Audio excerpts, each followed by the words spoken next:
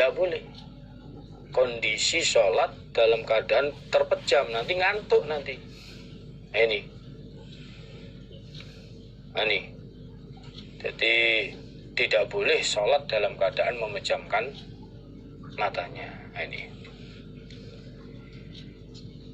Kalau memang kondisi keadaan ngantuk betul, dalam hadis yang lain dijelaskan ya mencepatkan sholatnya. Sholatnya segera dicepatkan, kemudian istirahat.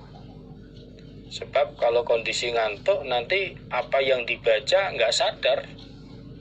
Bahkan mungkin dalam sholatnya nggak baca apa-apa karena ngantuk.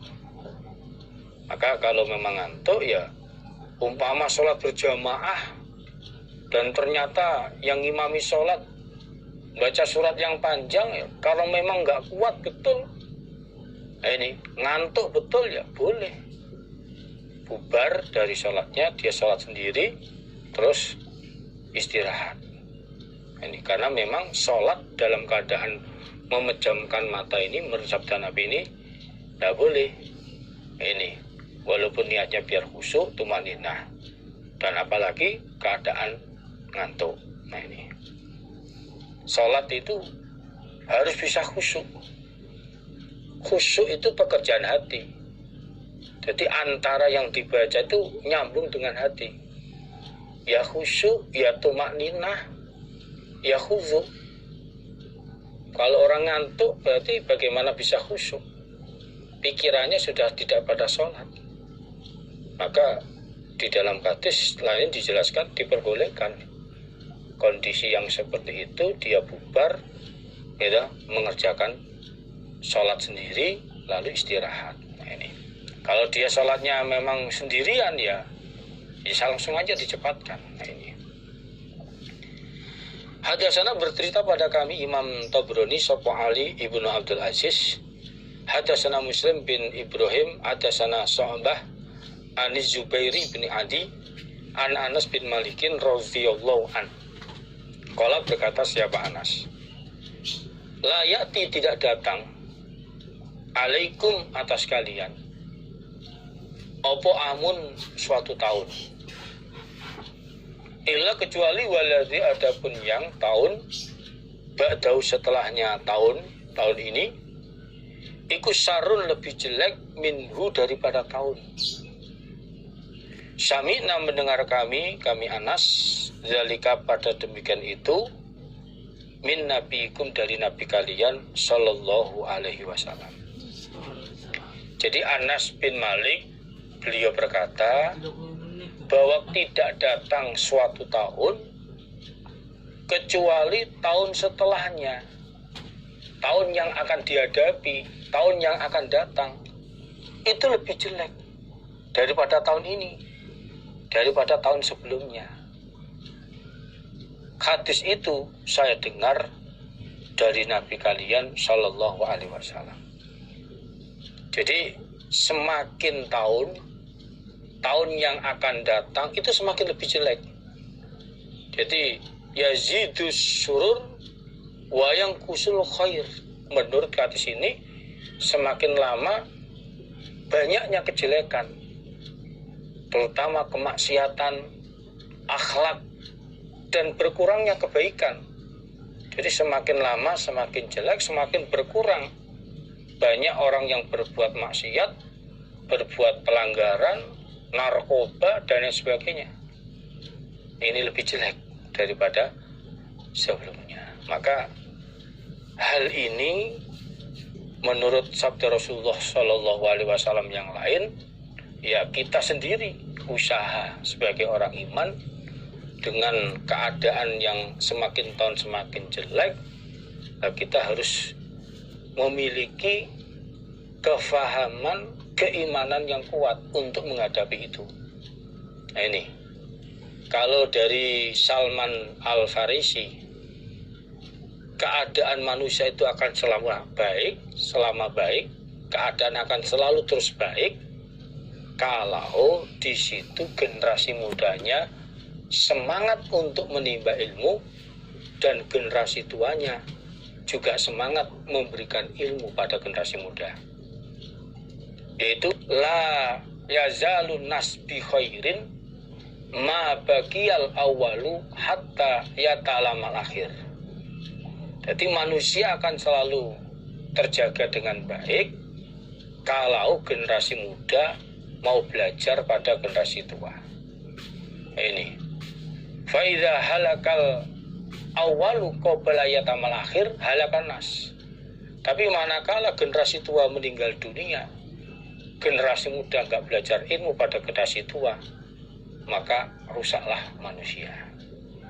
Ini walaupun menurut dalil ini semakin tahun semakin jelek, maka kita usaha sebagai orang iman, walaupun dalilnya seperti itu, usaha bagaimana caranya tetap kondisi selalu kondusif, selalu baik, yaitu dengan generasi muda kita kasih ilmunya, kita kasih semangat, ya, sehingga menjadi generasi-generasi yang unggul, yang baik. Nah, ini. Hadatsana Umar ibnu Abdullah ibnu Hasan al-Asbihani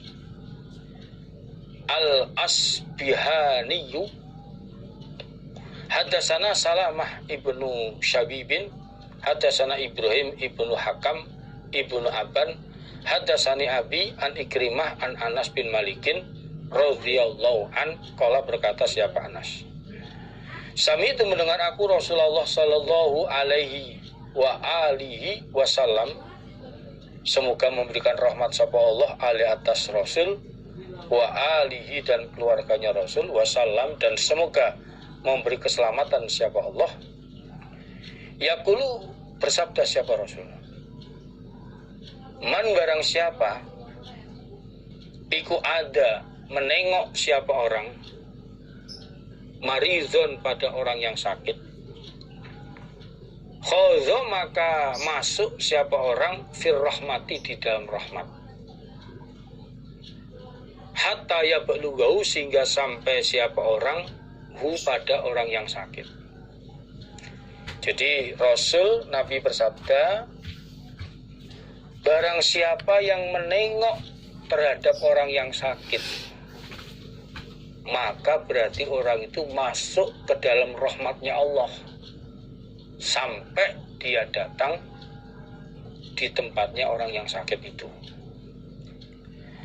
Faiza qa'ada maka ketika telah duduk siapa orang indau di sisinya orang yang sakit, sudah duduk di sebelahnya orang yang sakit, gomaratuhum maka menutupi hu pada orang apa ar-rahmatu rahmat. Ketika orang itu duduk di sampingnya orang yang sakit, maka rahmat Allah akan menutupi orang itu. Allah mengasihi kepada orang itu. Ini dalam hadis yang lain, orang yang nengok itu hendaklah memberikan motivasi semangat kepada orang yang sakit untuk sembuh dari sakitnya. Ini dinasihati jangan sampai putus asa. Bahkan orang yang nengok orang yang sakit mendoakan terhadap orang sakit, dikasih samping memberikan motivasi untuk bisa sehat, juga mendoakan. Sebagaimana dalam hadis yang lain didoakan Allahumma atibil ba'sa robban nasi wasfi fa'antas safi la sifa sifauka sifaan la yuwadiru sakoma. Atau didoakan nas'alukul adim robbal arsyatim ayasfiat, dibaca 7 kali. Jadi salah satu motivasi, di samping memberikan motivasi, kasih motivasi dengan doa agar orang yang sakit bisa semangat untuk bisa sembuh dari sakitnya. Falama qala maka ketika bersabda sapa Nabi sallallahu alaihi wasallam, ma pada apa-apa qala yang bersabda siapa Nabi, ketika Nabi bersabda terhadap sabdanya yang menjelaskan tentang keutamaan atau pahala bagi orang yang nengok orang yang sakit, qultu berkata aku Anas, ya Rasulullah wahai utusannya Allah, hadza ini rahmat iku li'aidil marid untuk orang yang menengok orang yang sakit. Fama, maka apakah sesuatu lil marid, untuk orang yang sakit. Jadi ketika Nabi sudah menjelaskan tentang pahala rahmat yang Allah berikan kepada orang yang menengok orang yang sakit, maka saya bertanya kepada Nabi, wahai Rasulullah, rahmat itu kan untuk orang yang menengok orang yang sakit. Nah, sedangkan orang yang sakit pahalanya apa? Apa yang didapatkan oleh orang yang sakit itu? Faqala, maka bersabda sapa Nabi sallallahu alaihi wasallam, Nabi bersabda, idza maridho, ketika sakit sapa labdu hamba, salah sata ayamin, 3 hari sakit, 3 hari dia sabar atas sakitnya. Kharaja, maka keluar siapa orang min dzunubi, dari beberapa dosanya orang, kayaumi waladu ummuh, sebagaimana harinya melahirkan hu pada orang sapa ummu, ibunya orang. Nabi Shallallahu alaihi wasallam beliau bersabda, ketika ada seorang hamba sakit sampai selama 3 hari, maka orang itu keluar dari dosa-dosanya. Dosa-dosanya akan bersih. Itu sebagaimana saat dia dilahirkan oleh ibunya. Sebagaimana harinya dia dilahirkan oleh ibunya. Bersih dari dosa-dosa. Namun dengan syarat orang itu saat sakit dia sabar. Sabar.